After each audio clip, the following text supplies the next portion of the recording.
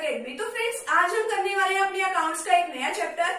आज के हमारे चैप्टर का नेम है फाइनेंशियल स्टेटमेंट्स ऑफ कंपनीज, कि हमारी कंपनीज की किस तरीके से फाइनेंशियल स्टेटमेंट जो है रेडी की जाती है। आज हम इसमें ये सीखेंगे। तो फ्रेंड्स, अगर आप चैनल पर न्यू है तो चैनल को सब्सक्राइब कर दीजिए, वीडियो को लाइक कर दीजिए, बेल आइकन को प्रेस जरूर कर दीजिएगा ताकि आपको नेक्स्ट आने वाली वीडियो का फटाफट से नोटिफिकेशन मिल जाए और आप तुरंत उसे अच्छे से रीड कर सकें, अच्छे से पढ़ सकें, अच्छे से अपनी प्रिपरेशन कर सकें। और आपके बोर्ड एग्जाम्स भी आने वाले हैं, आपकी फटाफट से उसमें पढ़ने के बाद आपकी तुरंत तैयारी भी हो जाए, प्रिपरेशन भी आप अच्छी तरीके से कर सकिए। अब देखिए, अब अपनी वीडियो को स्टार्ट करते हैं। तो आज का जो हमारा टॉपिक है फाइनेंशियल स्टेटमेंट्स, तो पहले तो हमें पता होना चाहिए कि फाइनेंशियल स्टेटमेंट्स क्या होता है। ठीक है, इसके अंदर हमें पता भी तो होना चाहिए कि कंपनी इसके अंदर क्या लिखती है। अब फाइनेंशियल स्टेटमेंट एक ऐसी स्टेटमेंट होती है, ठीक है, इसके अंदर क्या लिखा होता है, इसके अंदर ये बताया होता है कि हमें कंपनी की प्रॉफिटेबिलिटी के बारे में पता चलता है और क्या पता चलता है, हमारे बिजनेस की, हमारी कंपनी की, ठीक है, फाइनेंशियल पोजीशन के बारे में पता चलता है। अब आप सोचोगे कि प्रॉफिटेबिलिटी के बारे में कैसे पता चलेगा और बैलेंस शीट के बारे में कैसे पता चलेगा। अब देखिए, यहाँ पे जो आज का हमारा चैप्टर है फाइनेंशियल स्टेटमेंट ऑफ कंपनीज, उसके अंदर जो फाइनेंशियल स्टेटमेंट्स तैयार करते हैं उसको दो तरीकों से हम समझ सकते हैं। इसके अंदर फाइनेंशियल स्टेटमेंट एक ऐसे स्टेटमेंट है कि जिसके अंदर हमें कंपनी की प्रॉफिटेबिलिटी के बारे में पता चलता है और कंपनी की फाइनेंशियल स्टेटमेंट्स या फिर फाइनेंशियल पोजीशन के बारे में पता चलता है। आप यहाँ पे बोल सकते हैं कि कंपनी की फाइनेंशियल पोजीशन के बारे में हमें पता चलता है। अब देखिए, जो प्रॉफिटेबिलिटी के बारे में पता चलेगा वो किस तरीके से पता चलेगा, वो statement of profit and loss account हम प्रिपेयर करेंगे। ठीक है, तो statement of profit and loss account हमें बनाना है। अब ये प्रॉफिट एंड लॉस वैसा नहीं होता है कि एक साइड डेबिट लिख दिया, एक साइड क्रेडिट लिख दिया। इसका अलग फॉर्मेट है, उसके लिए एक नेक्स्ट वीडियो बनाई जाएगी। ठीक है, और एक बनानी है हमें फाइनेंशियल, अगर हमें कंपनी की पोजीशन के बारे में फाइंड आउट करना है तो हमें क्या बनानी पड़ेगी, कंपनी की बैलेंस शीट बनानी पड़ेगी, क्योंकि बैलेंस शीट से हमें पता चलता है कि हमारी जो कंपनी है किस तरीके से चल रही है, हमारे पास कितनी एसेट्स है, हमारे पास कितनी लाइबिलिटीज है, कितनी लाइबिलिटीज को, कितने आउटसाइडर्स को हमें पेमेंट करनी है। तो ये सब हमें कैसे पता चलेगा, कंपनी की बैलेंस शीट बना के पता चलेगा। और ये बैलेंस शीट भी वैसी नहीं होती कि जैसे आपने एक तरफ आपने लाइबिलिटीज लिखा और एसेट्स लिखा, इस तरीके से नहीं बनती। ये उस तरीके से बैलेंस शीट आपकी प्रिपेयर की जाती है जैसे आपने इश्यू ऑफ शेयर्स वाले चैप्टर में सीखी होगी। अब देखिए, बैलेंस शीट आपने तैयार करनी है, इसका वर्टिकल फॉर्मेट होता है। अभी वर्टिकल फॉर्मेट दिया कहाँ हुआ ये भी आपको पता होना चाहिए। आपके शेड्यूल दिए हुए हैं, क्या दिए हुए हैं, शेड्यूल थर्ड में बताया है। एक तो आपका शेड्यूल थर्ड जो है पार्ट 1 और पार्ट 2 उसके अंदर बताए।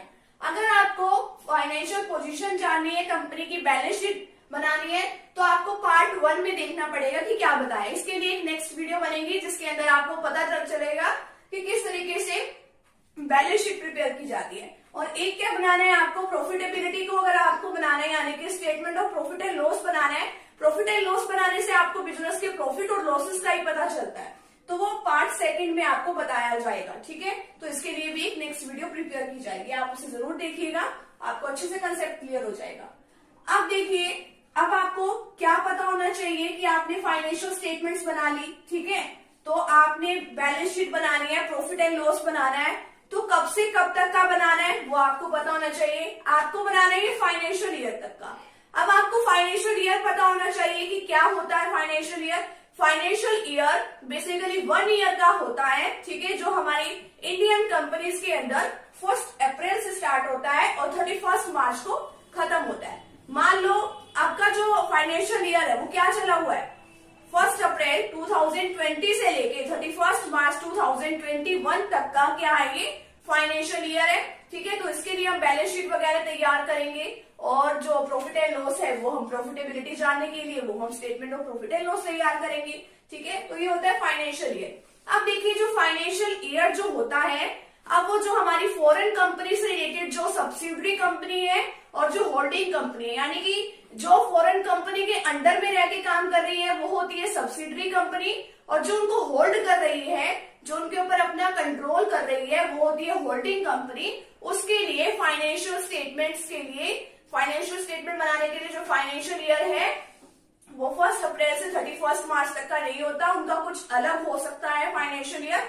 तो उनको ट्रिब्यूनल में एप्लीकेशन वगैरह डालनी पड़ती है कि हमारा फाइनेंशियल ईयर यहाँ से यहाँ तक का है, ठीक है, तो उनका अलग काम होता है। अब देखिए फाइनेंशियल ईयर आपने बना लिया, अब आप फाइनेंशियल ईयर में आप जो आप ये स्टेटमेंट्स वगैरह तैयार करोगे वो आप किस लिए तैयार करते हो, क्योंकि आपको अपने बिजनेस के बारे में ट्रू एंड फेयर वैल्यू आपको पता चलती रहती है, ठीक है, कि आपका बिजनेस का प्रॉफिट एंड लॉस क्या है, आपकी equity and liabilities and assets की वैल्यू क्या है, और जो भी आप ये फाइनेंशियल स्टेटमेंट्स वगैरह तैयार करते हो उसके अंदर अकाउंटिंग स्टैंडर्ड 133 के जो रूल्स वगैरह हैं वो आपको फॉलो करने हैं।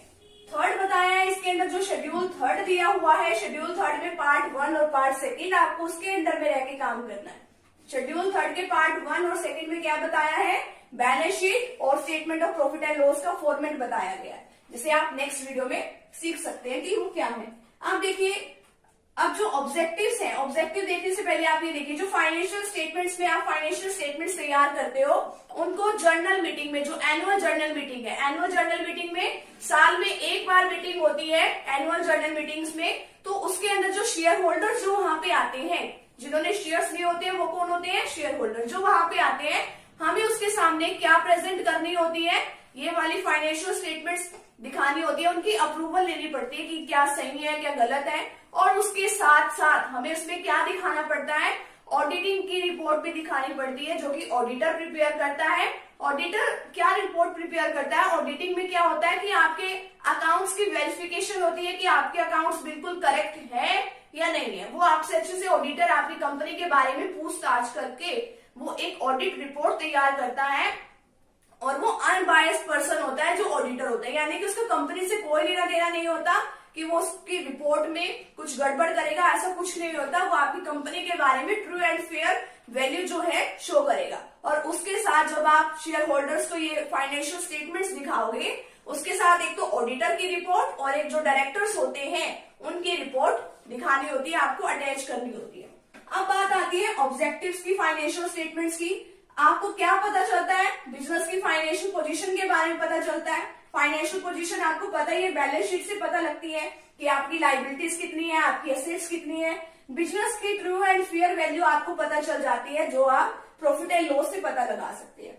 नेक्स्ट है characteristics of financial statements. Characteristics क्या है, इसकी फीचर्स क्या है, कि हिस्टोरिकल डॉक्यूमेंट है, क्योंकि पास्ट में जो काम हो चुका आप उसके लिए डाटा तैयार कर रहे हो। मॉनेटरी फॉर्म, मनी की फॉर्म में सारे काम होते हैं कि इतने पैसे आए इतने गए, ठीक है, ये सब होता है।